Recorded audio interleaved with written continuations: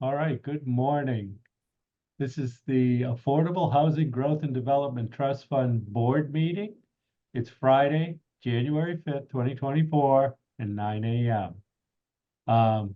And please note, in accordance with Mass General Law, Chapter 30A, Section 20, the chair must inquire whether anybody is taping this meeting and to please make their presence known. Seeing none, I'll call the meeting to order. Do a roll call. Wendy Northcross, Present. Andy Clyburn. Here. Laura Schufelt is not here at this time, and Mark Milne emailed me, and he will be absent from this meeting. And Mark Ells here. So we do have 3 members, so we can proceed at this point. Is there any public comment at this time? All right, seeing no one from the public has joined us, I'll move on to the topics for discussion. Our guest speaker this morning for discussion on policies and program investigation, trust-sponsored programs with Donna Kalnick, Assistant Town Manager and Procurement Official for the Town of Brewster and a member of Brewster's Affordable Housing Trust Board. Donna, thank you for being here. Thank you. Yeah, absolutely. Jillian, how do you and Donna want to do this? Well, I had included some information in the packet, and I thought, I think Donna wanted to give a little presentation of sort of how the trust in Brewster has come about and how they dealt with the rent assistance program. And I'll let her lead on because I know we have time issues today. So good morning, everyone. Donna Kalnick. I am the town manager's designee to the Brewster Affordable Housing Trust. And I'm just going to give you a brief overview of how we created the rental assistance program. The Brewster Affordable Housing Trust is a relatively new entity. It was created in 2018. It was a goal of our 2017 housing production plan. After the trust was created, one of the first things that we did was to create a mission statement and then priority goals, which was included in your packet. One of the priority goals was to create a local rental assistance program. Interestingly enough, that was around 2019 going into 2020. And so while we were in progress of investigating, really by reaching out to other towns, just as you are, who had rental assistance programs, and also talking to the Brewster Housing Authority about the creation of a program, was about the same time that the pandemic hit. And so we ended up as a town participating in a Lower Cape working group that was looking at creating an emergency rental assistance guidelines. So the community development partnership was sort of the lead for that. So our original program that started in 2020 included an emergency rental component. As it turned out, the state and the federal government infused a lot of money into various state and programs. And so during the first 18 months of our local program, we actually didn't have a lot of people use it because most people were able to get either the emergency rental assistance that was being provided through the state, or they were getting increased raft or extended raft. So once those programs started to go away, we saw a real increase in the number of local applicants. So we currently, our original program was meant to have 10 recipients in it. And then we increased that number actually in August of 2023 to 15, and we now have 15 people enrolled in the program. We made the decision early on to hire an administrator that we didn't have the resources. I think as a town, I can see just by who's on this Zoom that you have a little more resources than we do. We had hired a housing coordinator in 2017, and we just recently hired a part-time housing program assistant. But we knew in 2020 we didn't have the resources to run the program in-house. And so we went out through a request for quote process to get someone to administer the program. We did receive 3 responses. And ultimately, we hired Housing Assistance Corporation to administrate the program. The good part about having someone like Housing Assistance Corporation is that when they do intake, they are looking at the full range of financial programs that are available to people who apply. So they're not immediately putting them into the local program. They're seeing if they qualify for any of the state or federal programs, and then using the local program as not the last resort, but as the program that if they don't meet anything else, they're enrolling them into our program. In terms of what else they do, they provide us with data, right? So we're getting data not just on who is in our program, but who in the town of Brewster is making an inquiry and receiving assistance related to rental, whether they're in a state program or they're in our program. They're also providing case management, and that was an early on decision that the trust made, that they wanted a component of case management. And where we are seeing that working is that when people are going into the rental assistance on the local level, if they qualify for a state voucher, Housing Assistance Corporation is assisting them to apply for the state voucher program as well. There used to be about a 5-year wait for that program. It's now come down to about 3 years. And really the local funding, even though it's on an annual basis, it's really not meant to exceed 3 years. So it's not meant that a resident would be on it for a 10-year period.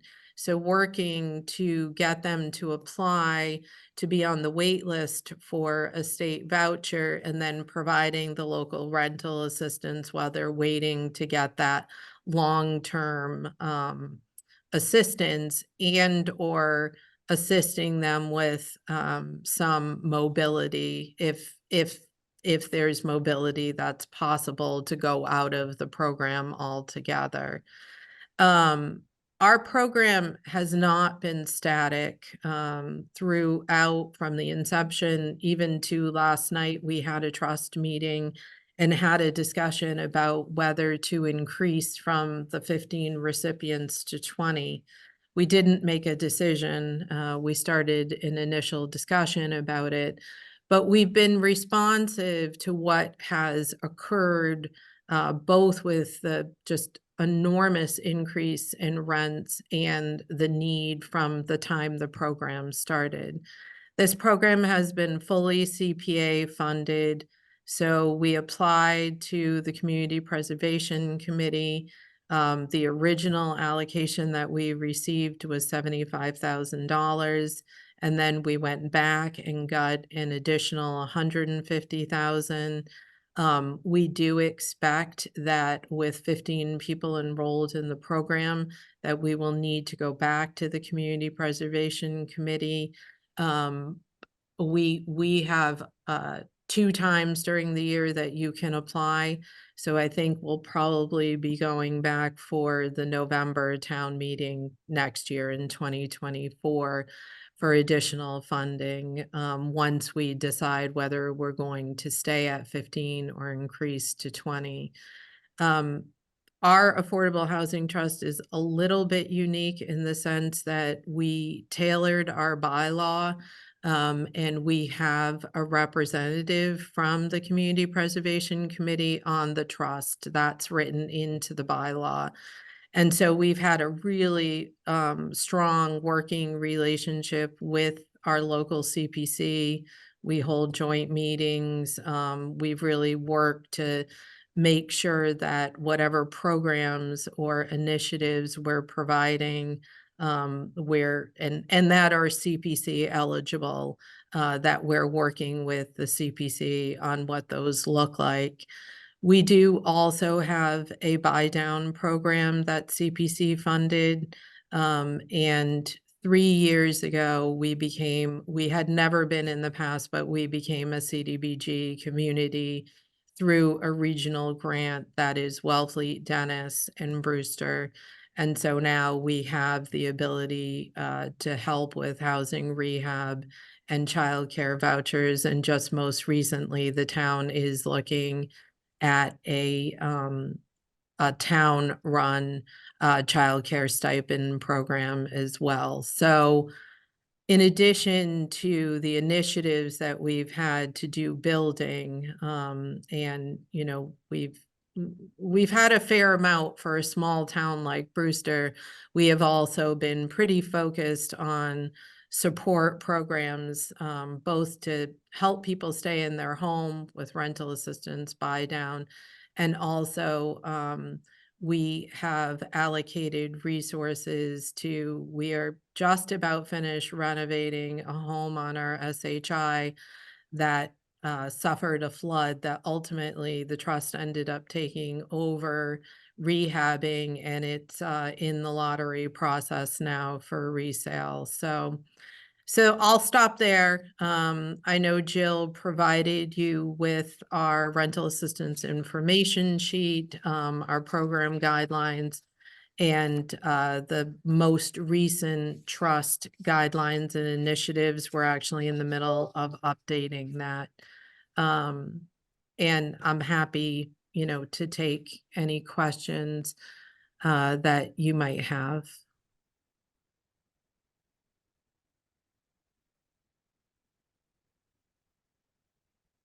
Yeah, Wendy, please. Thanks. That's fascinating. Quick question. You said that you had asked for how much from the Community Preservation Act funds for the So rental it's a assistance? total of 225,000. We initially asked for 75, and then we asked for another 150. We have a 5-year financial plan for the trust. And in that plan, we are slated to ask for an additional 150,000 in fiscal year 25. So CPC funds are your only source or primary source?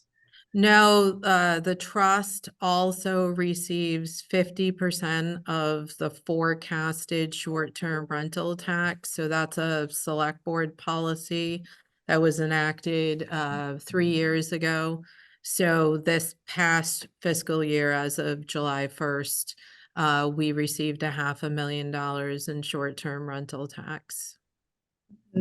So is that just short-term rental tax, or is that actual just the accommodations tax? It is just the short-term rental tax. It is not the traditional hotel motel.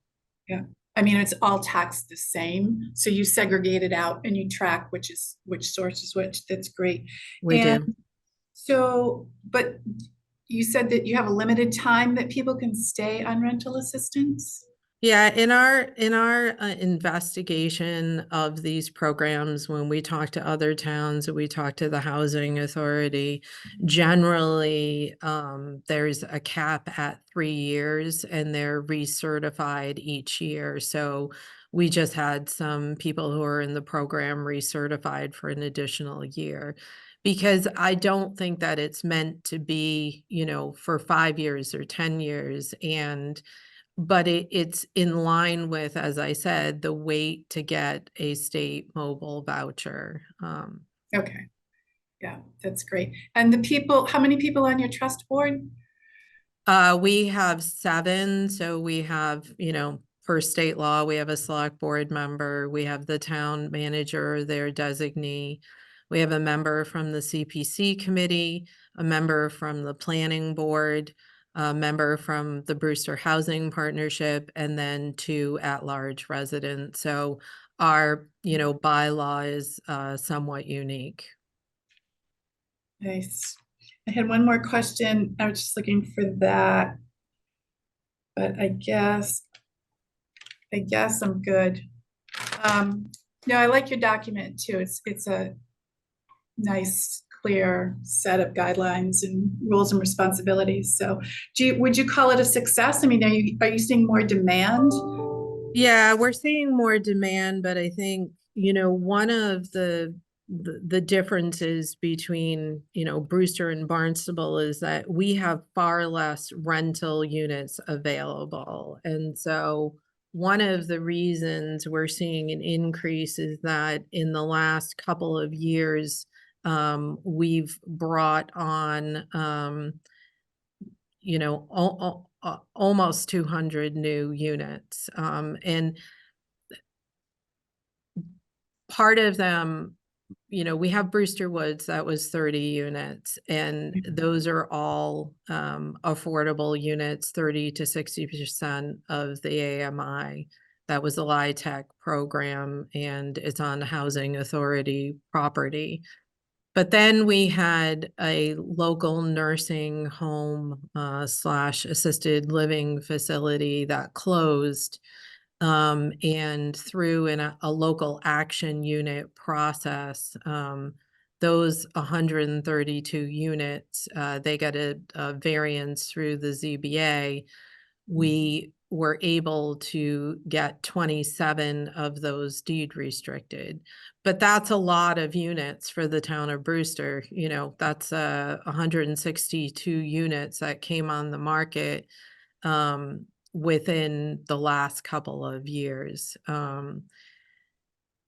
Most of our rental stock, the majority of our rental stock are affordable units, interestingly enough. So I just think the difference between, what we have available and what you have available, you have far more rental units available. And I think, you'll have to look at the rent, how much, you're willing. We started out with rent reasonableness, and then we made a decision to allow people to go up to 100% of the fair market rent when the rent started to get so out of hand. And so I think you have a wider variety of rental units that are available to people in the town of Barnstable than we do in Brewster. So the increase in applications is somewhat tied to the fact that we have an increase in units in the last couple of years. One last question. So you said you have 15 people. Is it in fact 15 individuals, or are there families involved? Yeah, no, it's not all individuals. Though I will say the majority of them are older residents living alone. That's good. Yes. Yeah. Thank you. I have no further questions, Mark. Okay, thanks, Wendy. Any others, any staff questions at this point? I mean, a little bit different program. I find the hack support that you're receiving an interesting aspect of this, Donna. They are frequently talking with us about the availability of funds for their efforts. So I'm real curious. I think I'll think more and ask you more questions about that relationship. It seems to make sense in in being able to focus the efforts of the trust on almost a deliverable in a sense, meaning they're so familiar with the market. Not that we aren't, we have, a lot of staff to support it, but that's an interesting approach. Did you expect to end there when you went out with your RFP to bring them on? I have to say, I was surprised that we received 3 responses. And of course, we always want 3 or more responsives, right? But I think that just given the fact that they hold most of the mobile vouchers on the Cape, the other mobile vouchers really belong to housing authorities, and your housing authority may have more. I'm not aware of how many they have. We did start by talking to our local housing authority to see if they might be interested in running the program for us. But our local housing authority is split with Mashpee, and so they don't have the capacity, the internal capacity that I think would have been needed to run this program. Um, Again, I think the best thing about having someone like Housing Assistance Corporation is they have the ability to look at all of the programs that are available to people and get them the most resources possible. Um, I think one of the disconnects on the Cape that I find is that we have all these social service agencies, these nonprofit agencies, but they don't necessarily communicate with each other. And if you have someone who's experiencing housing instability, they're likely experiencing food instability, transportation challenges, and they need more than just one service. And, I think as a town, as a housing program, we've really tried to reach out to these agencies and encourage them to work together so that we're providing the best services that we can. And I understand like that might not actually be a function of the trust. And some trusts are wholly focused on development.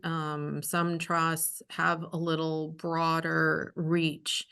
I guess for Brewster, it was really important to us to develop, to keep the units we already had on our SHI, to maintain those units, and also to provide support services, because if we build 30 units, but then 30 people lose their stable housing, well, we're not making any progress at all. So that really was the thought process and continues to be of the housing program in Brewster.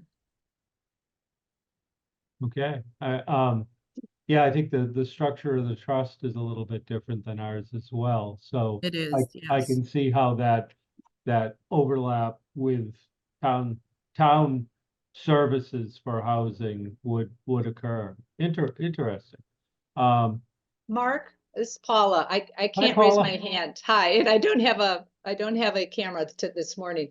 Donna, could I ask a couple questions regarding the process in which people are selected? I know that maintaining or having a wait list is an administrative burden as well.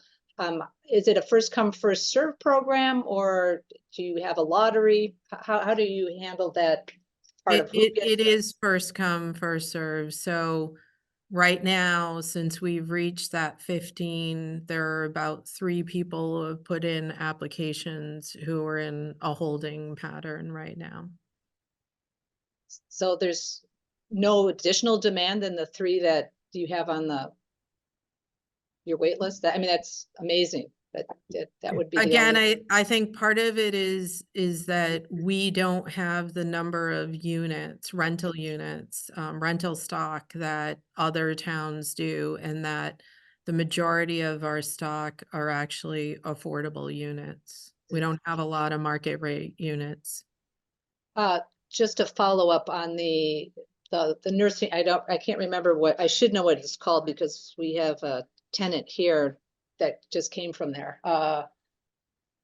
The conversion of the nursing home. Serenity. It's Serenity, thank you. Serenity Brewster. So that does have a number of units that are market rate. Have you found the need to give rental assistance to some of the tenants that are in the market rate units there? Yes. Yeah, there are 27 affordable units. It's a total of 132 units. So there's 105 market rent units there, which is a substantial number for Brewster. Right. And do you know if their occupancy is full? Their occupancy, the last discussion that we had with them was, I believe at 96%. Okay. All right. I guess I'm glad it's filling a need. All right. Any other questions? No? Jillian, what Well, else? is this? I will ask, just because we have Donna here, are there any things that you would do differently in pursuing a program or tweaking it? I don't think I'd do anything different. I think, you know, when you implement these programs, you have to implement them with the idea that you need to be flexible and make changes in response to what's occurring. You know, I don't think that any program you put in place, you should say, okay, it's in place and we're not going to do anything else with it. I think you have to continually look at the program, how it's functioning, and look at your data and make decisions based on that and based on available funds. So, you know, I think that's what I would stress, that the first year you really have to look at as a pilot program and you have to analyze how that program's working.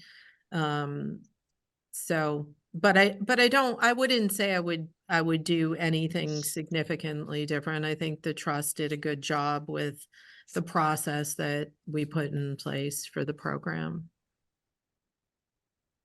Right? Andy? Yeah, Donna, how did you guys come up with the initial number of 15? Was that just based on funds available?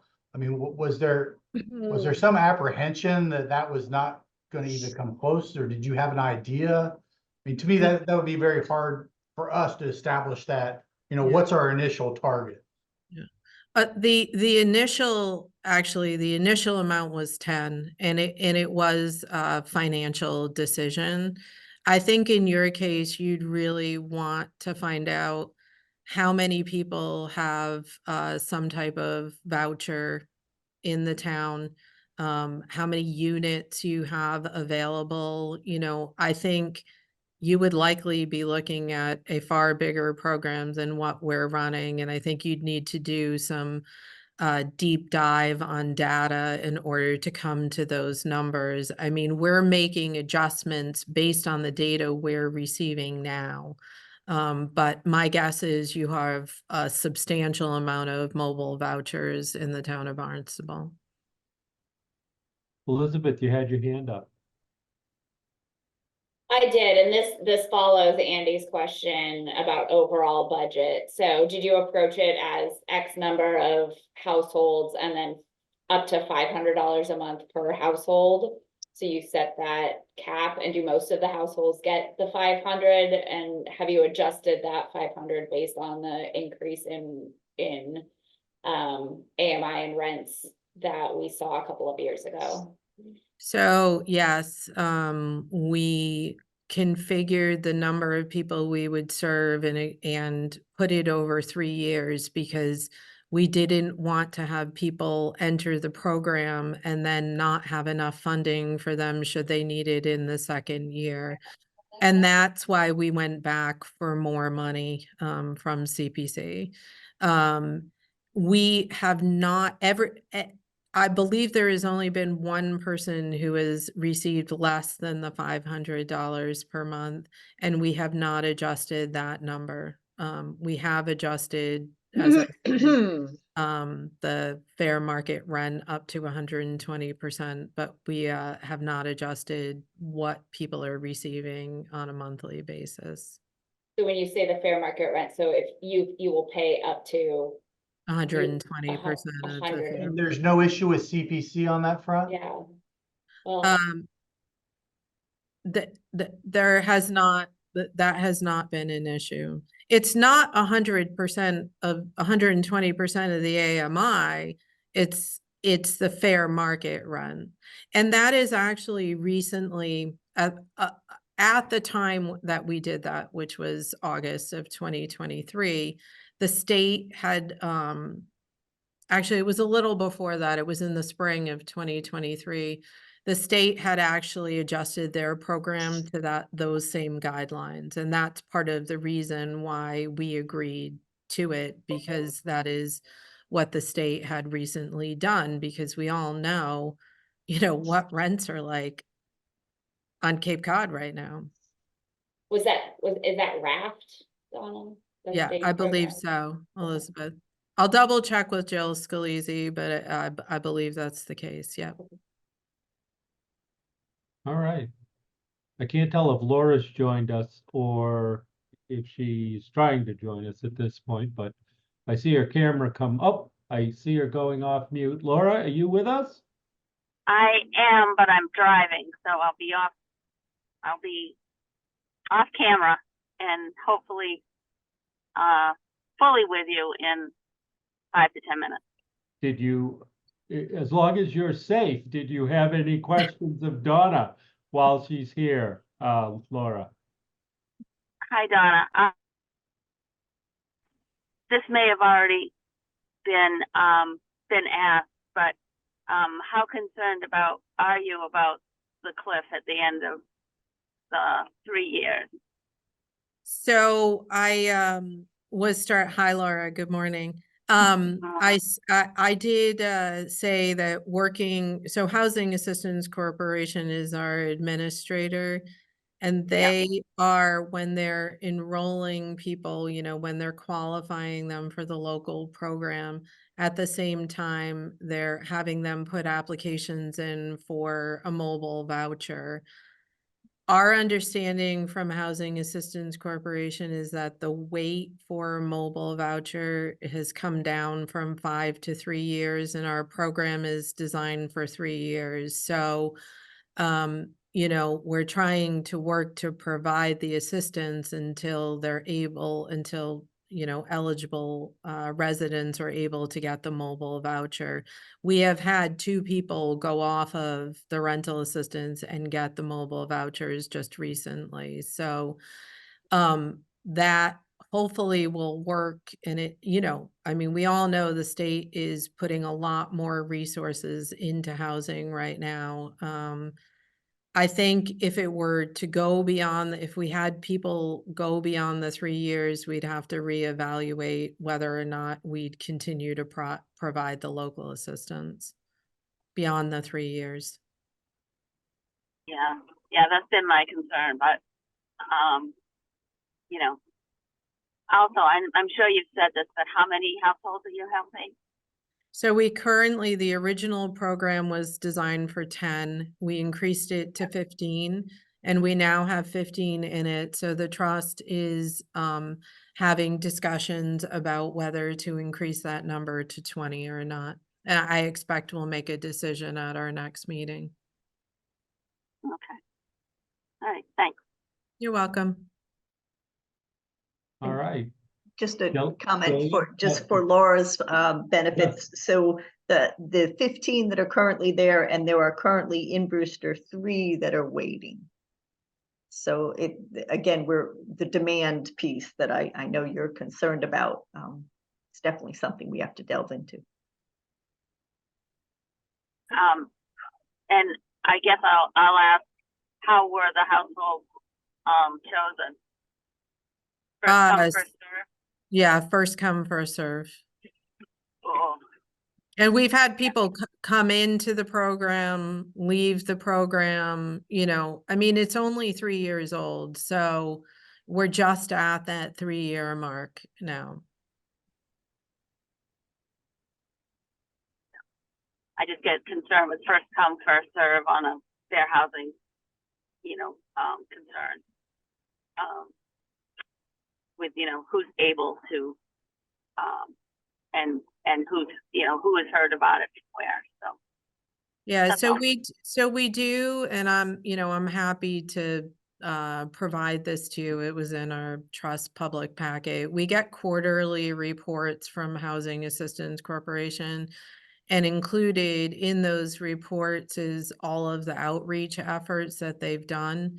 And also the number of people who are Brewster residents who are receiving assistance from anywhere, so not just from the town program. So I'll send that along to Jill, the last report that we received, so you can take a look at it. So then that, and I'm sorry that I'm late and I missed the beginning of this. So is it only for Brewster residents, current Brewster residents? It's a Brewster resident or employee, or if you have a child in the Brewster Public Elementary Schools. So, I mean, if you moved into a unit in Brewster, you would become eligible. Okay, so the unit has to be in Brewster. That's correct, correct. but the Yes. applicant doesn't have to be. Okay. Yes, but they would have to be becoming a Brewster resident, right? So it's Right, they'd be moving into Brewster, right? correct. Yes, that's correct. Okay, thanks. Yep. All right. Any other questions at this time? No. Well, I seeing, oh, Did go want to ahead, Jillian. just add that the report is in the packet. I think it's the 4th item in. But at any rate, it is very helpful to see what HAC does report on that, because as noted, data is extremely important for tracking the program and seeing where we want to be with it. All right. Donna, oh, Andy, I'm please. sorry, one other follow-up. Donna, thanks so much Fine. for all the information. I know I'm gonna think of more questions, but do you know about what HAC charges on an annual basis to run this program for you guys? So they charge $25 per unit. So they pay, we get billed on a quarterly basis. They pay the landlords, and then on a quarterly basis, we reimburse them. And then there's a $25 charge per unit. So I'm happy to give Jill the the RFQ and the contract with HAC. Again, those are public documents. So That'd be great. Thank you. yep. All right. Any other questions? And we know Donna's document is a good one because she's the procurement officer of Brewster too, so. Well, thank you, Donna. It's nice to see you, and we Nice to see appreciate you. coming in. Yep. Happy New Year. You as well. Okay, Bye. thank you. Thank you so much, Donna. You're welcome. Okay. Moving to the next item. Standard Holdings request for discharge of the trust mortgage continued.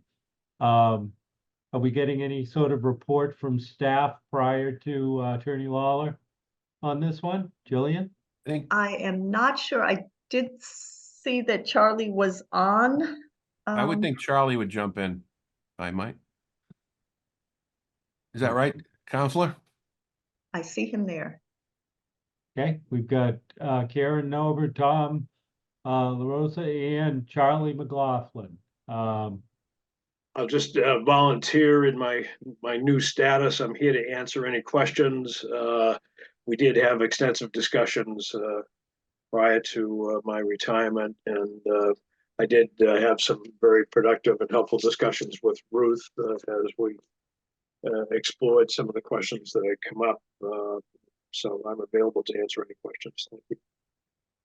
Okay, Karen. This is somewhat unusual in the timing for Charlie's retirement versus this particular trust board meeting, and any pending questions on the discussion with with Standard Holdings here. How would you recommend we proceed with this discussion? I think I would be comfortable with Charlie providing answers to questions and any updates on this. This item is not something legal is familiar with or has any information on. I know Charlie's going to be providing some information to legal to wrap up some of his stuff, but we haven't gotten that yet. So Tom and I are really not in a position to jump in just yet, but with the caveat that Charlie no longer represents the town. So to the extent that we can wrap up these outstanding items, I think that would be useful. Thanks. Charlie, you comfortable with that? Yes, that's exactly the role I thought I could be of help with today. So, That's great. Please proceed then. thank you.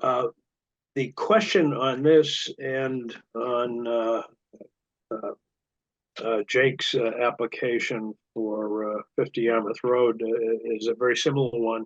If you recall, we had a discussion about whether, particularly for 850, squarely presenting the question regarding a discharge of mortgage that had been recorded in order to secure the advance of significant monies to build this out.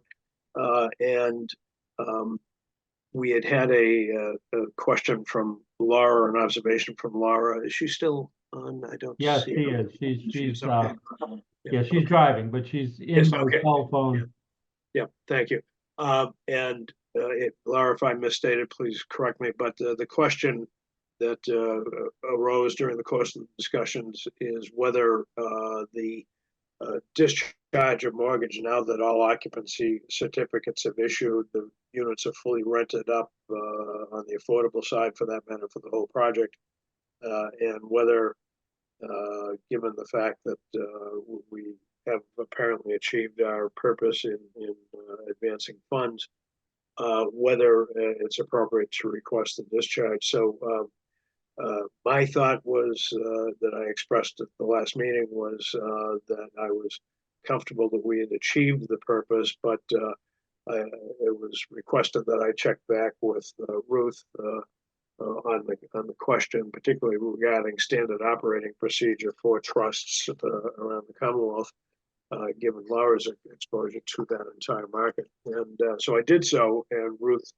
of course, had a great deal of information on it, and her report back to me was her understanding that it is standard operating procedure to leave the mortgage in place. She also checked her notes regarding our discussions leading up to the granting of the mortgage, et cetera, and she did not find anything that indicated that there was an expectation or a representation that we would in fact discharge the mortgage.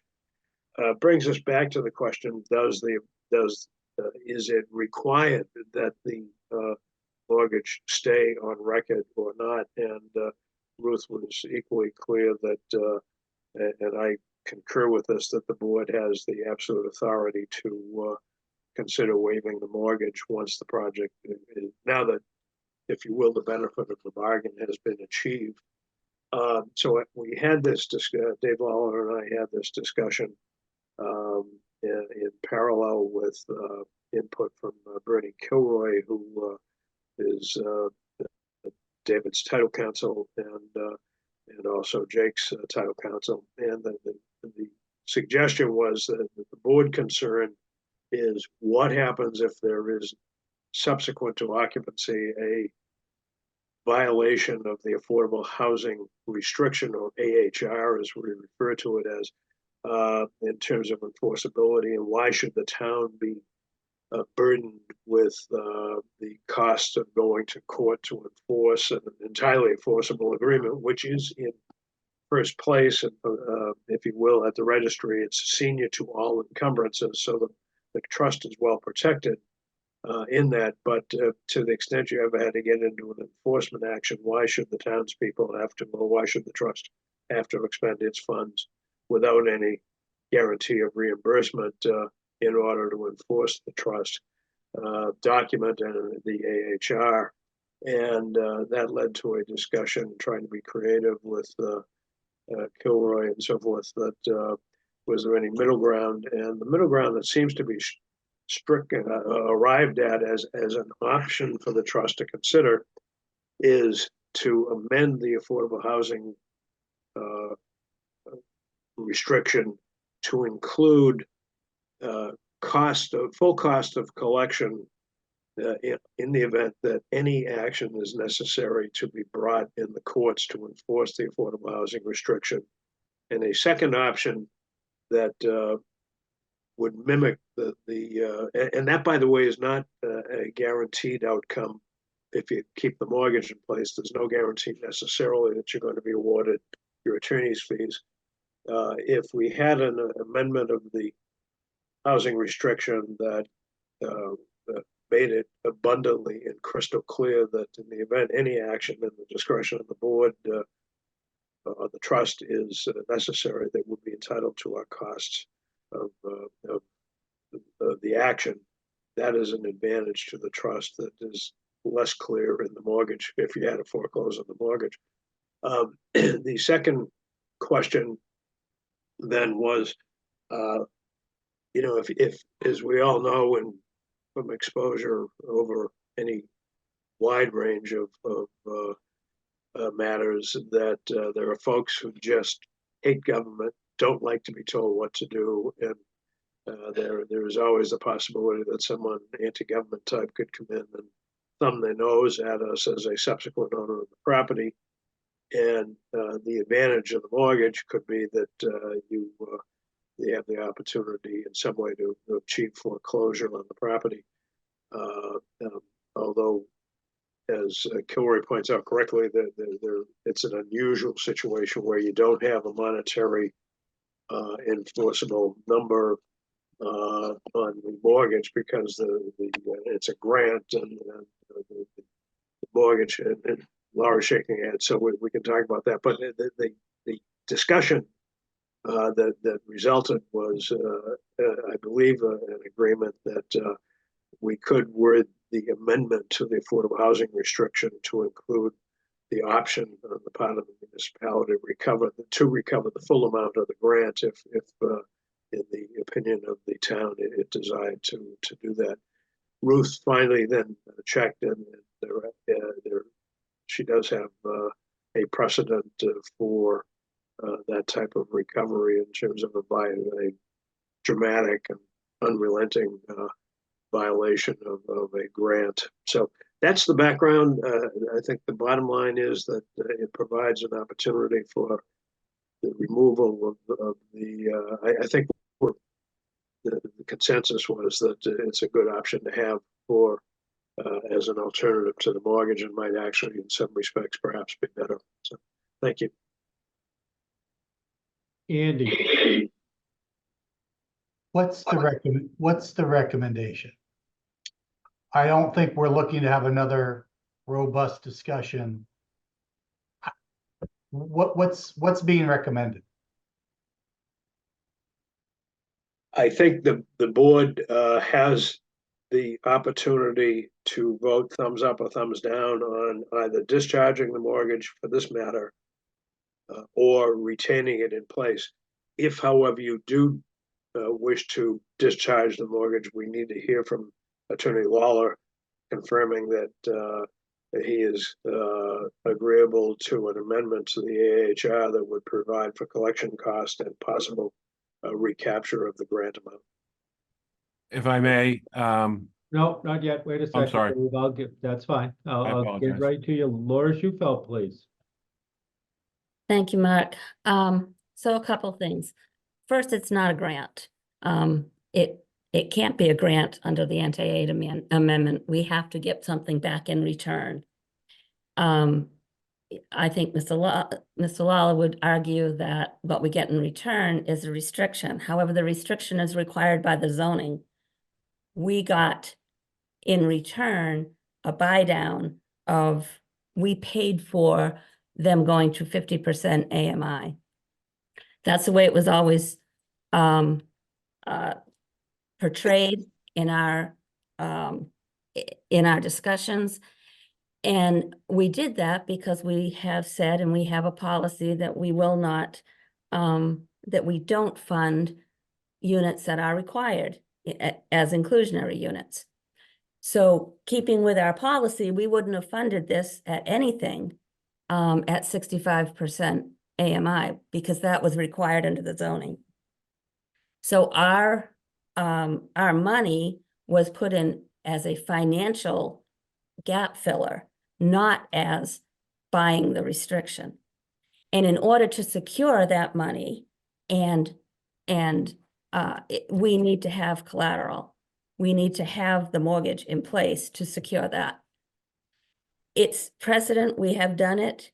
Anytime we have given CPA funds or trust funds over 100,000, we have had a mortgage in place.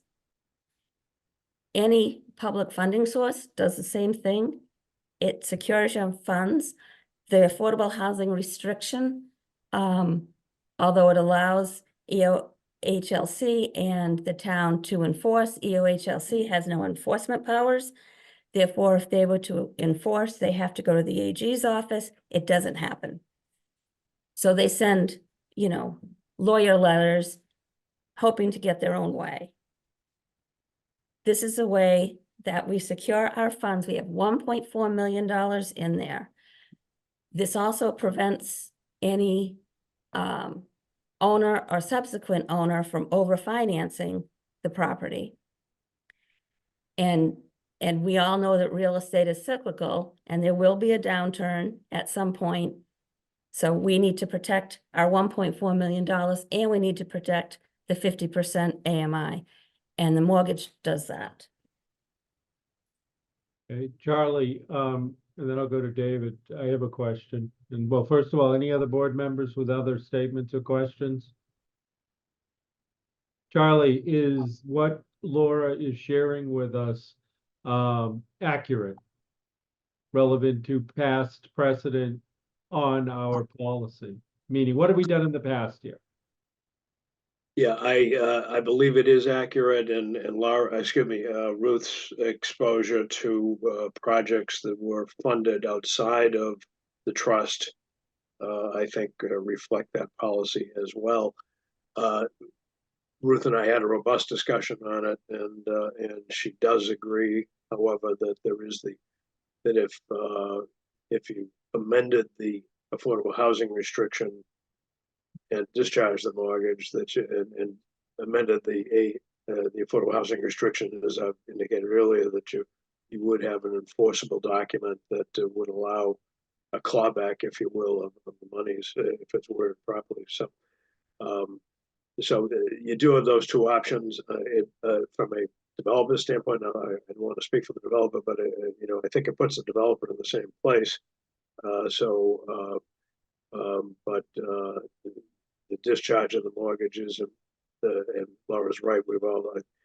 Every time I think of the risk here of town funds being advanced, and I drive through Buzzards Bay, cutting over to someplace in downtown Buzzards Bay, that Lenny Cabela's development that sat. I haven't seen it for a while, but 4-story, just with the tops flapping in the winter breezes, sent shivers literally down my spine in terms of a lender. So that said, you do have the option. We can protect the town well with an enforceable AHR that has some teeth in it, and so it's an either-or situation. It is, but I think back to Andy's question, I still don't know what your recommendation is to best protect the investment of the trust. I think in either event, you would have adequate protection. I think that with regard to the content of an amendment to the affordable housing restriction that gives you absolute right to collect your legal fees in the event any type of action is instituted by the town is an advantage that's a bit stronger than the normal mortgage situation.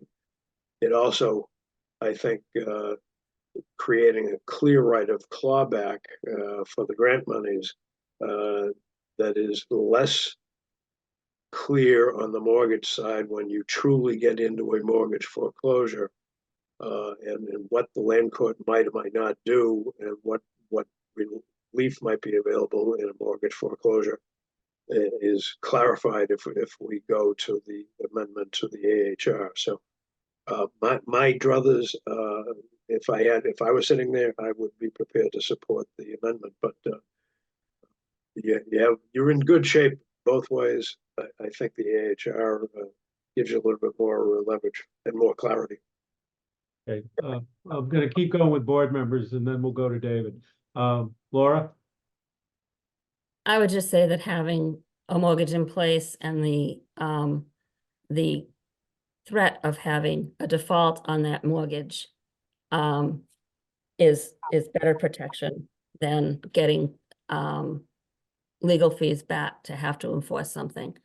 A default on a mortgage would then default on the financing that they have in place. And the bottom line is what we want is to keep the affordable housing in place at the AMI that we wanted. And I think that the mortgage is a better avenue, better venue to do that because of the default. I think that it is breaking precedent. And once we break precedent, everybody, Jake's on the line now, everyone's going to be asking for the same thing. And it is contrary to securing public funding. Any other board comment at this time or question? David, oh, sorry, Wendy. Please, Wendy. I got too many screens open. So I guess my question is through you, Mark, to David Lawler and his client. I'm forgetting what problem we're trying to fix here.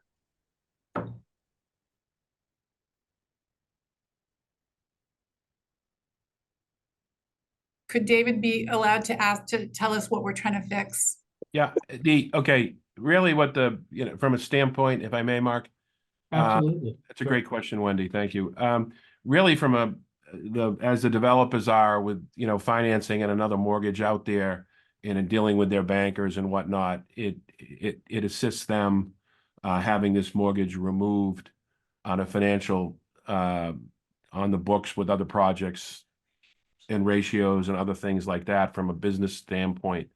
And in the conversations that we had with Charlie Charlie and I talked quite a bit last week, and I went over some emails where there were certain conversations about this because we went back and forth on, issues on the mortgage and though, certainly my memory certainly is we had conversations of this way back when, and it had to deal with the benefit of the bargain and the benefit of the bargain being achieved at this stage of the game. And then Charlie, to his credit, trying to look at worst case scenario for the town, even though the regulatory agreement and all the other documents that are in place absolutely 100% give the town first position, legal right, and there's nothing that my client can do or any subsequent owner that can legally do that in any way would allow them not, to legally take these units out of their classification as affordable as at the 50% level. That's recorded at the Registry of Deeds. It is on multiple documents. It's clear. The language is ambiguous.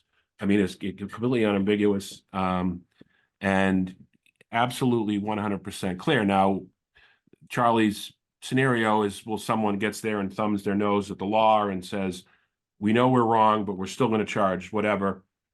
Come and stop me. And it's conceivable. I don't think likely, but certainly conceivable. And the position that Attorney McLaughlin and I worked out actually puts the town in a better position with enforceability because of the clawback right than the particular mortgage would.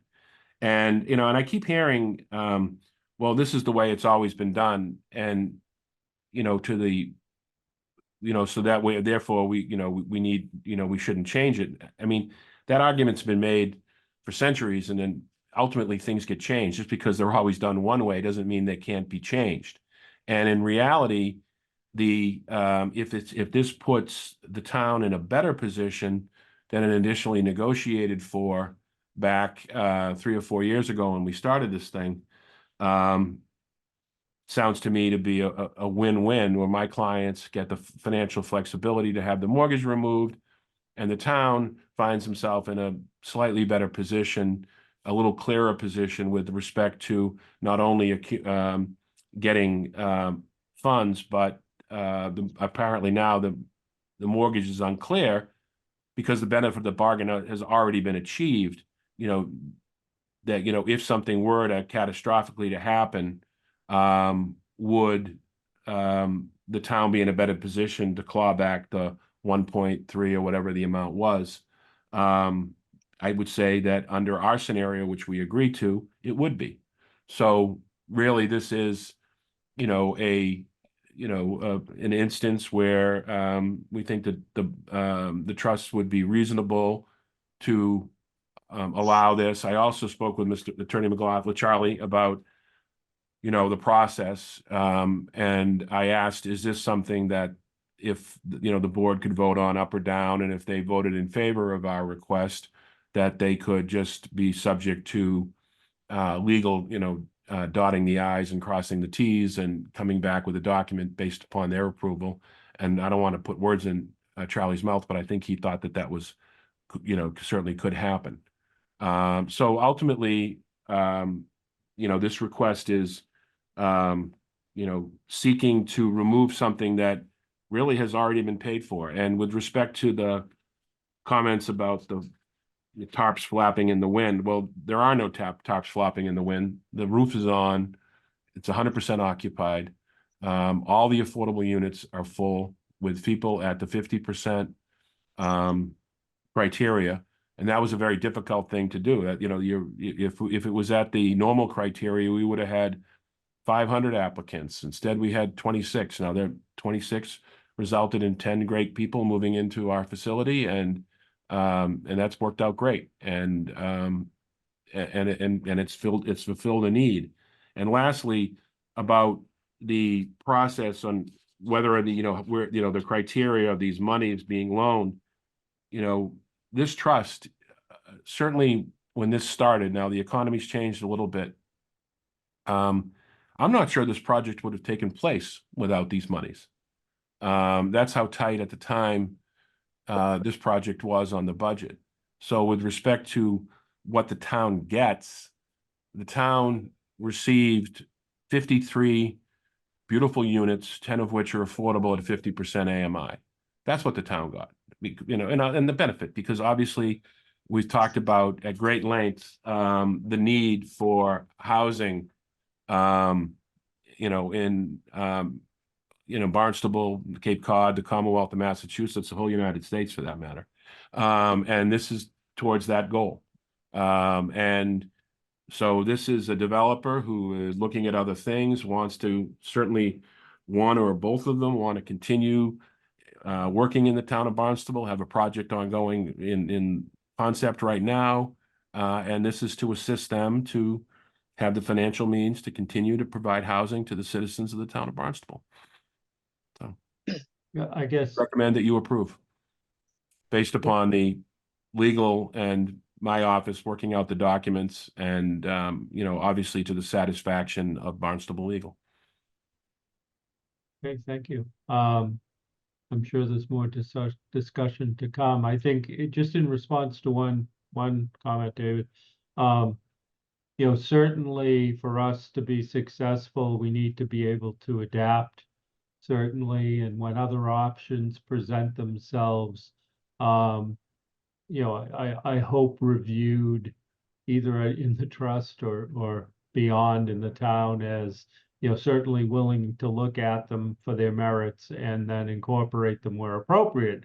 What I'm uncomfortable with here is that I didn't hear that the discharge of the mortgage approach was a superior. I heard from Attorney McLaughlin that we had two options to consider here. What also concerns me is that I don't like to deviate with that change specific to a project. I would much rather talk with my fellow board members about the various options that are available to us and then say, okay, we're willing to consider both of these, as opposed to having done it one particular way every time in our history, and then because of a project request, deviate when our legal advisor isn't saying to me, this is a superior option. So I'm just sharing with you what I'm thinking at this point about what you're asking. So I'll come right back to you, Dave. Laura, you had your hand up. Yeah, I was just gonna say that, I also went back to, everything that we had been presented, while we were looking at this. This was not, a surprise that everything in there was a permanent 30-year mortgage. All the drafts of the grant agreement that I had and all the discussions. So, you know, I feel the same way you do, Mark. It's like, had this come up, it would have been part of our initial vote. And so coming back now with it, you know, puts us in a position to not fully, I don't think, have a great discussion about it. We have something in place that we voted on that the developers knew going in. This was the way it was. If there was discussions outside of the trust, I didn't hear them. I saw you know, the draft grant agreements, everything says permanent 30-year mortgage. So. All right. Yes, Wendy, please. So I just want to add, I mean, is it your intention, David, to come back to this trust for financing on another project? Not me. I know that my client is right. One of my clients is intending to come back on another project in the very near future. Yeah. Okay. Andy? Yes, sir. I was just gonna comment that I would feel much more comfortable hearing from legal, which is superior to your point. And to Laura's point about precedent setting, it is precedent setting. I agree. However, if the precedent is set picking a superior alternative, we should consider it. We don't set it down. So if modifying the restriction is a superior position for the town, then we should be all ears and approve it. And if that takes another meeting and legal to review what Charlie and David have worked out, that's where I would be on this, sir, is I would like to hear definitively from legal on that matter. May I jump in now, Mark? Yes, sir. So, and I don't want to put words in Charlie's mouth. But he did not use the word superior, but he did say that, you know, in the scenario that he laid out, he felt it put the town in a better position because of some languages in the mortgage which are relatively ambiguous as to whether or not, because these monies have been paid out and the benefit has already been received, whether the town would have the ability to claw back $1.3 million. I would suggest to you that if language is made that is clear and unambiguous, that in the event of such a catastrophic, or that's not catastrophic, wrong word. It's in the event that a prior owner or even this owner would have thumbed their nose at the town and disregard all their legal obligations to the town, that the town would clearly then, if the language Charlie and I would agree to, would have the right to claw back $1.3 million. I think that puts the town in a substantially superior position than lawyers fighting over whether or not the town just has the right to get their legal fees back or the $1.3 million. If that language is cleaned up, I would suggest that the town is in a superior position, and that, and then that can happen. And and again, I don't want to put Charlie on the spot, but that to me is for the benefit of the town is, is a much better position to be in than where we are today. I'm going to go to Andy and then Charlie just unmuted, so I'm assuming he would like to, Yes, sir. I was just gonna follow up that I would like to hear from legal if they concur with Mr. Lawler, and if they do, then shouldn't we not only consider in this case, but moving forward, let's consider doing this instead of the mortgage route that we've done. I think we should always be looking at the superior alternative to position the town in the best interest. And I would like to have a discussion with our board members regarding that and to hear from legal and advise and then give Mr. Lawler an answer and his client an answer. Laura, your hand's up, then we'll go to Charlie. You can go to Charlie. I'll come back. Okay, thank you. Charlie? Yes, sir. Thank you. The concern, thank God I never practiced bankruptcy law in any serious way, but got dragged into some bankruptcy proceedings, including on behalf of the town. And I think the question in the bankruptcy context, if you get to a point where rather than having a recalcitrant owner that they're just thrown into bankruptcy and you're always wondering in terms of reorganization, what have you, what a bankruptcy court judge might do, and they do have that plenary power to restructure everything.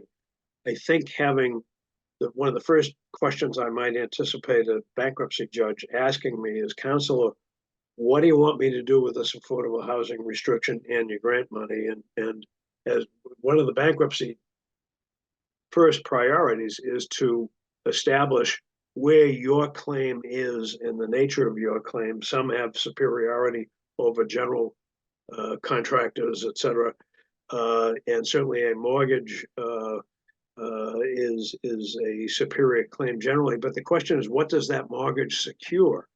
And that's where I think the current documentation, frankly, probably should be improved.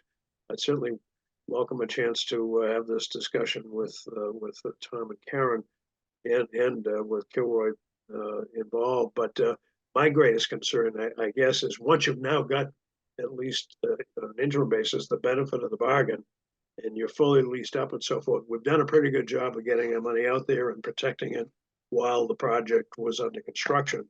And that's one of the main reasons for getting the mortgage in place and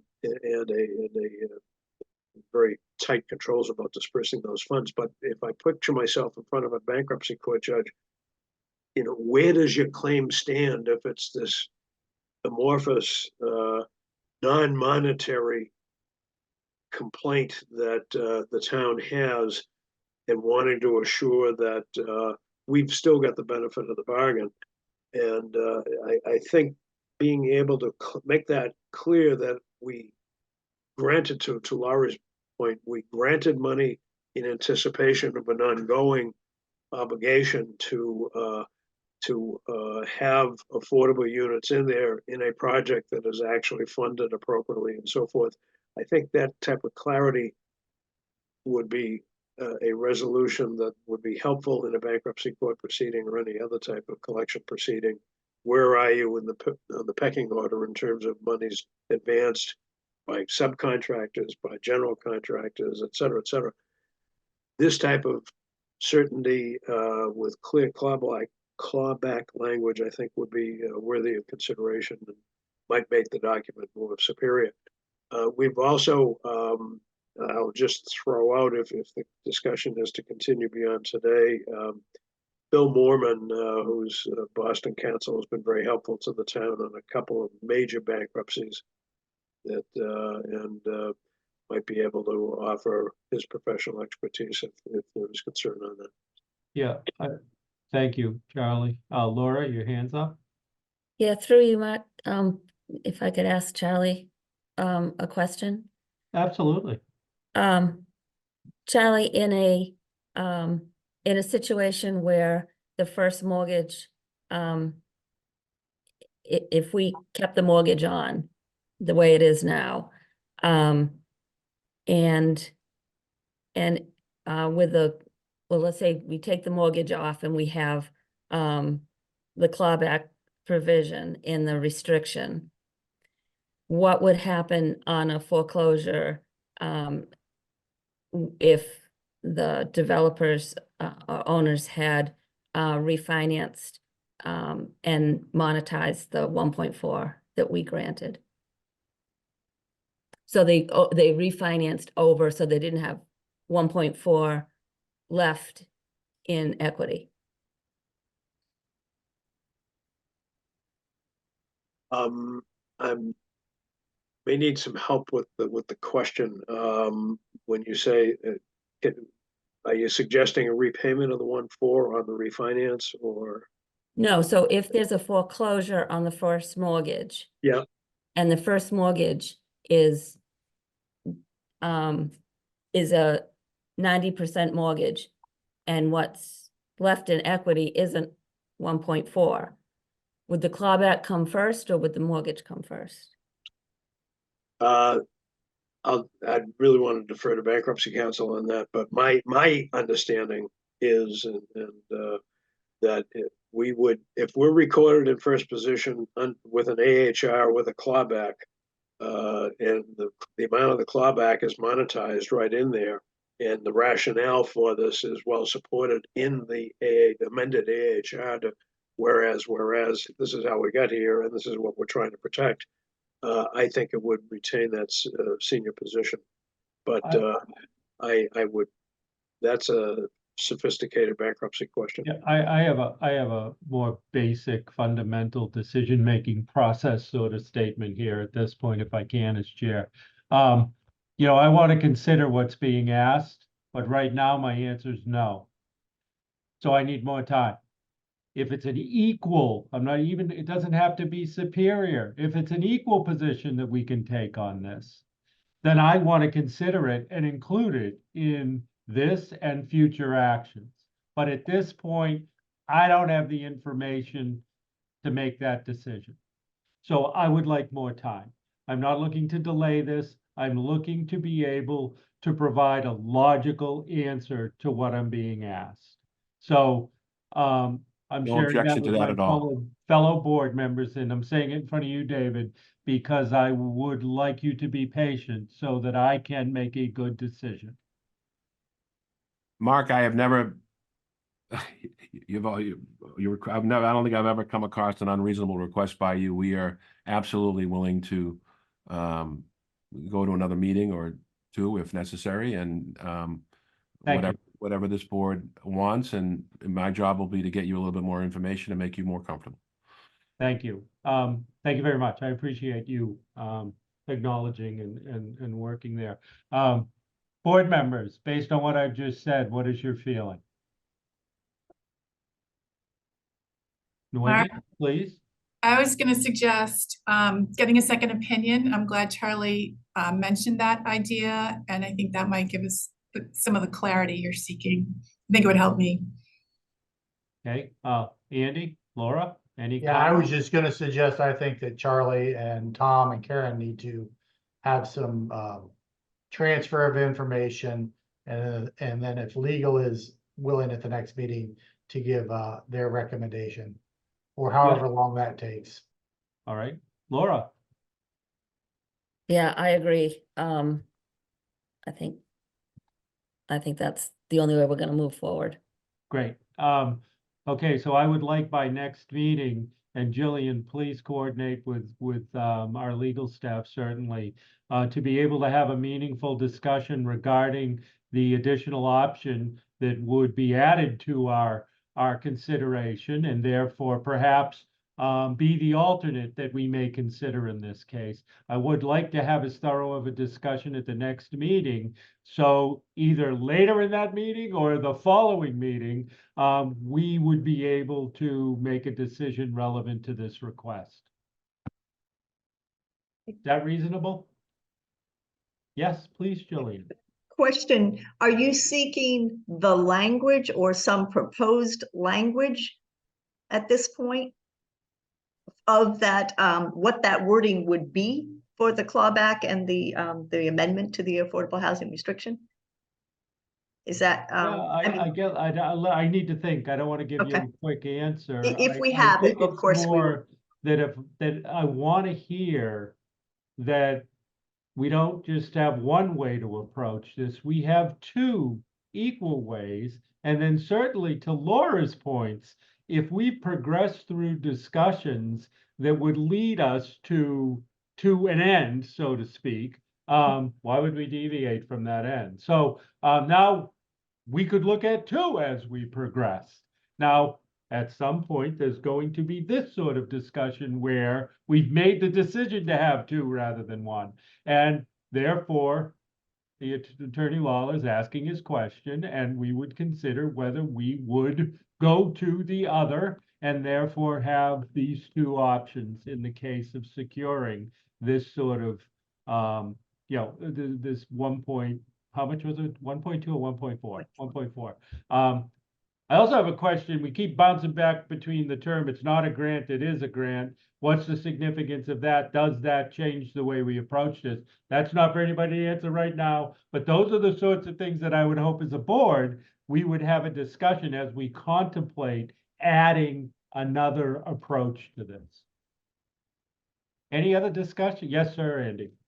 Yeah, to more directly answer Jillian's question, I would absolutely appreciate any and all language that moves us along, rather than having another discussion and a vote on sending legal off to do it later. Like if we're able to have something tangible to look at, that would be much preferable in my opinion.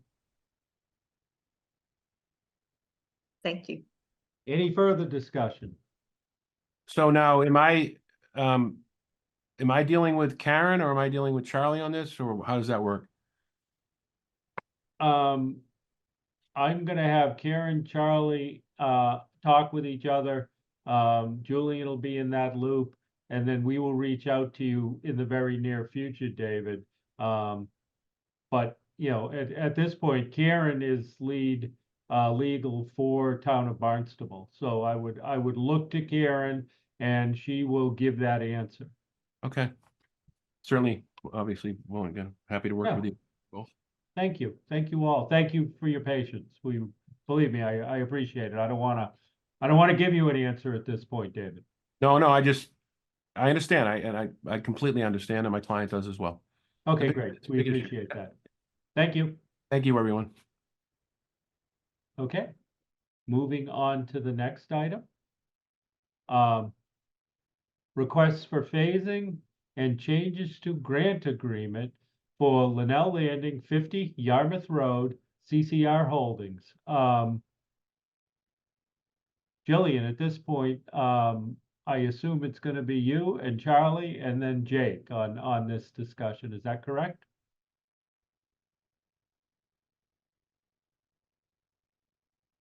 Yeah. So I guess at this point, I can give you just the update as to where we think we are. We were going to get a redlined affordable housing restriction, in other words, a sample to use for Jake's phasing.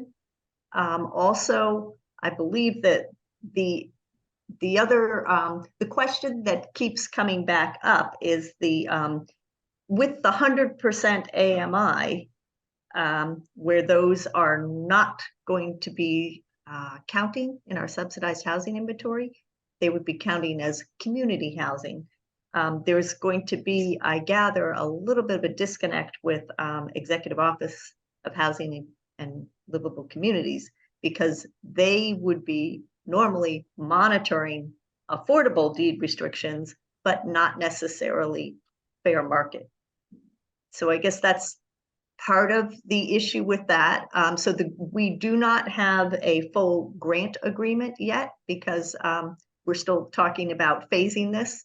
And I'm sure Jake will express, but he's looking for the release of 350,000 in one phase, based on the existing premises being updated, and 3 deed restrictions on that unit or the existing building. And then heading into a second phase, that would be the 150,000, which would include, I gather, 2 units, one of which would be the 65% inclusionary unit, and the other a 100% fair market unit. So that's where I think we are. That was our understanding from previous discussion, and I guess I don't know if there's more to be discussed about, maybe what Jake is looking for in terms of flexibility with the grant going forward. All right. Thank you, Jillian. I've got, well, I'm gonna go to board, Charlie, Jake. Any board members? Laura, you have your hand up. And then Wendy. Yeah. Do we have any of this in writing? The request? We circulated the documents Charlie requested. I don't know if they left Charlie's desk, but Attorney Kilroy did update the agreement as requested by Attorney McLaughlin. But I don't know where it ended from there. But there's a declaration of restrictive covenants draft and a grant agreement draft that are fully updated that we did produce on Wednesday. Okay. Jillian, you received those? No, I do not have those. Okay, I'm gonna go to Wendy next, and we're gonna go to Charlie. Thank you, Jake. Then we're gonna go to Charlie. Wendy? Well, I echo Laura's request. I have to run another meeting at 10:45, so I need to drop off at 10:40. Okay, thank you. Thank you, Wendy. Okay, looking through, Andy, any comments? No. Okay, Charlie, you're up. Yes, sir. Thank you. The documents did come through apparently, but unfortunately, I've not had access to them because of my computer rights having ended with my retirement. My understanding from a brief discussion was that they did, I think, accurately reflect our discussion. So we can move to the question that I still think is very much in parallel with our discussion with 850, and that's how are we going to secure this? There is the property is not subdivided, it is not phased per se, and so the question that we were wrestling with Kilroy was how do you secure the AHR and over what period of time, and how does that, particularly where it's a phased project but not a physically phased series of lots or what have you, some of which could be burdened with a mortgage and some not. The concern was how do we secure that AHR on the front building and agree with respect to the back buildings where he's still going to be requesting, remind me, Jake, 150,000 on the back building? Yeah. I mean, what we had discussed was nothing would happen until no funds would be advanced until performance was completed.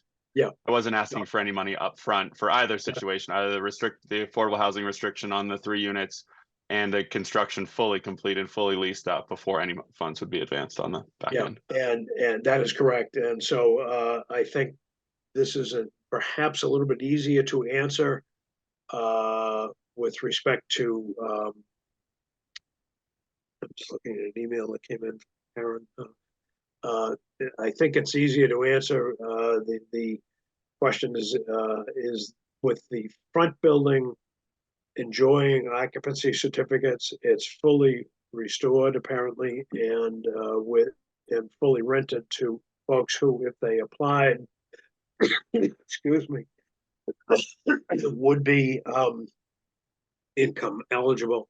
Is the board comfortable in advancing funds against that and having a grant agreement in place that commits us to grant the additional balance against the 2 units that will be affordable in the rear building once, excuse me. Just a minute.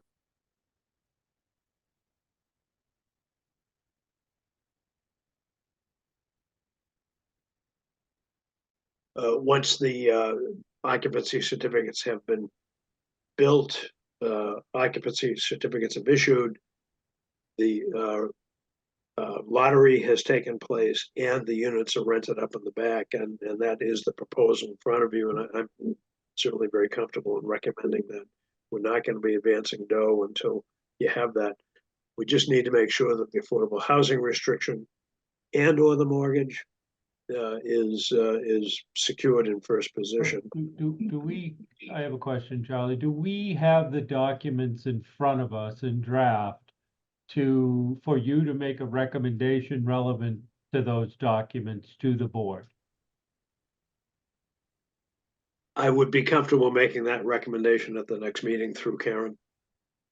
I just provided them to Charlie, but like in the last minute. Understood. Okay, well, Jake, I apologize. Yeah, you will need, you listened to the last discussion, and I think you will need to remain patient as we review and then hopefully are able to give you an answer in at the next, I don't want to come at the next meeting. Does that sound reasonable? Yeah, and just to clarify on Jillian's point about monitoring, Yes. Barnstable Housing Authority will monitor both the 100% AMI units and the 80, but they don't have to be, I guess they don't have to be reported to DHCD or EOLC, but the monitoring would be paid for and administered by Barnstable Housing Authority. They've agreed to do that. Okay.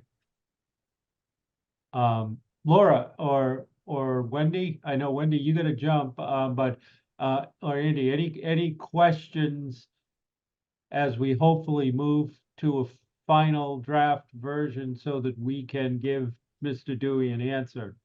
Laura? Yeah, I just want clarity on what's being asked, when the money, what money is going where, and Yep. whether or not it's going to be, if it is ever going to be subdivided or if it's going to stay as one parcel. I think it makes a difference. Okay. Do your documents address that, Jake? I don't know that it specifically addresses it. I'm sure we could put something in there. There's no intention of ever subdividing it. It's would be a Yeah. multifamily apartment complex. I'd like to give you an answer, that's why. So Yeah. I just want to make sure you don't come to the next one with a new question. So basically, no subdivision without approval of the board, basically somewhere in there. Okay, thank you. Any other comments at this point? All right, Karen, can you work with Charlie to have an approach and to advise for next meeting? Yes. Thank you. And Jillian, you can coordinate this, okay? All right, this I would like to see this come to the board for our next meeting with all information so that we can make a decision, okay? Is that reasonable, board members? Any discussion? Okay, thank you. Thank you, Jake. Thank you, everyone. Yes, sir. Thank you, folks. I think at this point I'll depart, but thank you for everything. Okay, thanks, Charlie. We appreciate Yes, sir. it. Thank you. Talk to you. Bye-bye. Yep. Planning and development updates. Elizabeth Jenkins. Thank you, Town Manager Els.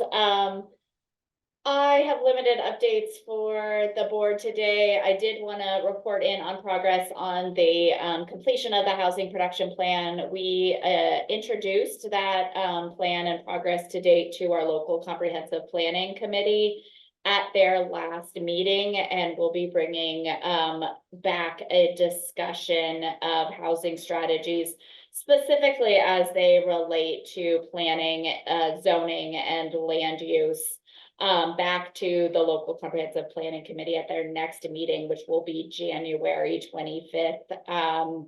And with that, allow us to sort of integrate both the HPP and the LCP draft strategies as they exist today.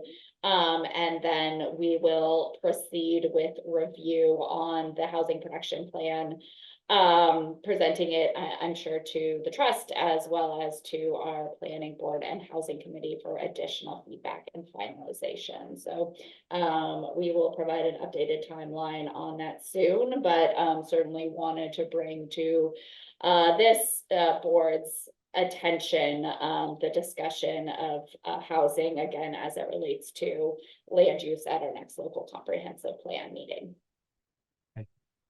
Thank you, and You're please bring that in for future updates. Yeah. Okay, I'm gonna take something out of order here and then we'll go to Jillian, because I know Wendy needs to leave. And it's a matter not anticipated, and it's a question for Attorney Nober. With the retirement of Attorney McLaughlin, he has been playing an advisory legal role to the board. Could you share with us, how you see us moving forward and how you would recommend providing support to the board so we can all hear that? Thank you, Town Manager Els. I'm not sure I have an answer for you on that today. I'm going Okay. to be looking into several options, and I do understand we need to provide that support, so I will be following up with you on that. And are you comfortable for the next meeting on those two prior topics being able to advise us so we can make meaningful decisions? To be honest, I'm not sure yet. I need to sit down with Charlie. Tom and I both need to sit down with Charlie and walk through all of the issues so that I fully understand what's being asked and what the competing considerations are. So I'm not really prepared today, since I don't have the knowledge of those items, to really respond to that. But I do understand you're looking for decisions on both of those. I get that. I am, and really a more direction to Jillian. I very much would like to let the proponents of these asks know whether we are at the point that we would hope we would be at. I'd rather not have them scheduled unless they want to be scheduled, but I'd rather not have them scheduled and not be able to answer their questions. Or at the next meeting on the the mortgage question, for us not to be able to have a substantial discussion to make a decision there for the subsequent ask. If we're not going to be prepared for the next meeting, we will try to let you know that in advance so that people aren't being asked to show up, Yeah. for something we're not Thank ready you. for. Thank you. I greatly appreciate that. Okay, thank you for indulging me moving that item. Okay, moving on to item number 5, trust administrators update and follow-up. Jillian. I had included in the packet a draft for the report to the CPC. This is, we are now doing this semi-annually, and we are due for a report to the CPC. The greatest component of that memo that is left to be to your option.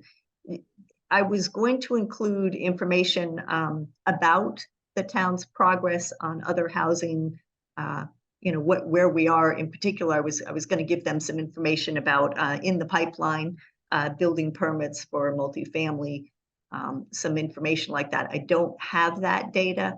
I don't have access to OpenGov, which I gather is where that information is. So I had reached out to the building department, but it's up to you as to whether you feel that information is more than what you need to give the CPC, or if that's something you wanted. We've done these updates. Andy, please. I would offer that that's not a role of the trust. Yeah, I would Very agree. good. Thank you. As the town, absolutely, but I don't see that would be incorporated into a trust reporting out on that item.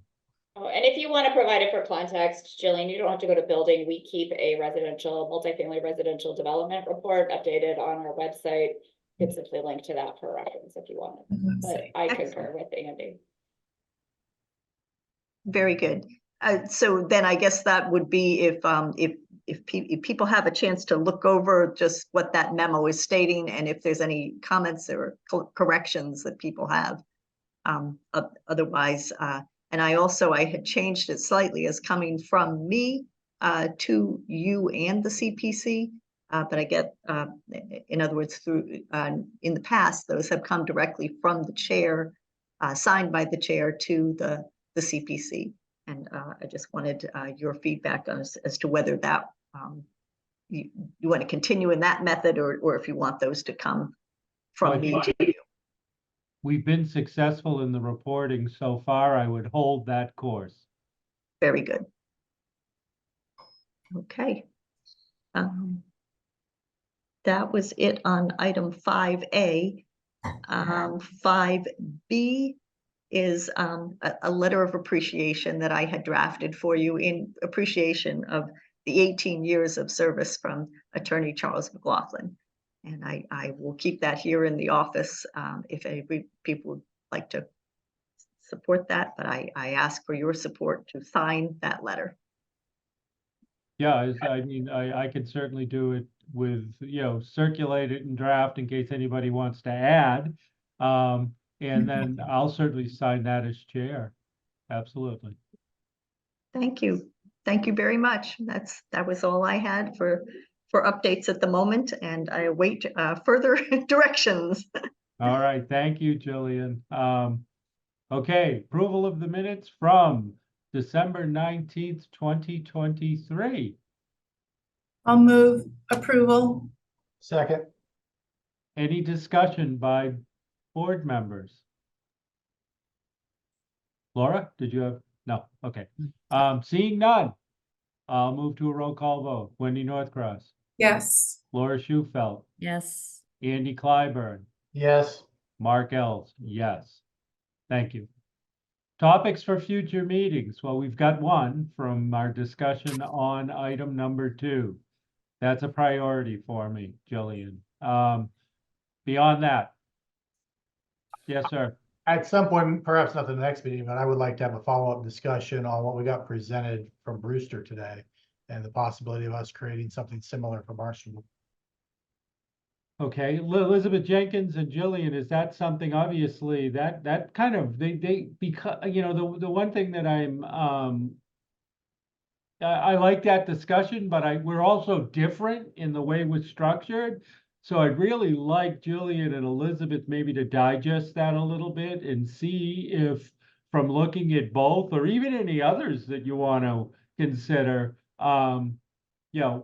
what you might have gathered from that for the board's consideration. So we can absolutely put that on in the future. Thank you, Town Manager Ellis. We will prepare that and report back. Thank you. Yes, Laura. I'd like to, go back to getting some ideas of how our units, the units that are being produced are going to be monitored moving forward, and going backwards. And whether that, whether we are going to, whether they're going to be monitored at all. That's Okay. Wendy has left us. She waved to me, I waved to her, and she has departed. But we do still have a quorum, Laura, Andy, and myself. So between Jillian and Elizabeth, is that something that you would discuss with Jillian, and you could come back for either discussion or response to that? Yes, sir, we could do that. Okay, great. Let's gather that information and do the same on a future agenda. Other topics? Okay. Oh, Laura, please. Also want to go back to whether we're going to request increasing the membership of the committee of the board. We were going to get legal review as to what that would entail. All right, I'll thank you for reminding us of that. I think there was a very short internal discussion, but it didn't go that far.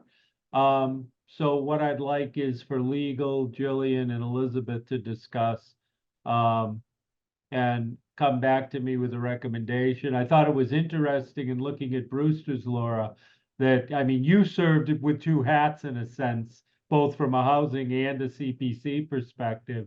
That's just Used to. interesting, I used to till I got kicked off. Yeah, well, hey, that's a town council appointed board, Laura. You should go back and make another run at it. Yes, sir. I think that's a discussion I concur that we should have, but I would absolutely not have legal look into that prior to the next meeting. Their emphasis has got to be getting that information from Charlie and Yes, move these applications. I agree. That's I why, agree. that was my priority. That's why I said it the way I did earlier. Yeah. Absolutely. But yes, Laura, let's Jillian, note that, and let's make sure that at some reasonable point in the future, we've addressed that, okay? I think there's also it's laid out how it's done. It's just getting confirmation from legal, and I do think we have to wait till after we get, the other done. But it says, Mark can do it. It just has to be then blessed by the council. So. Yeah.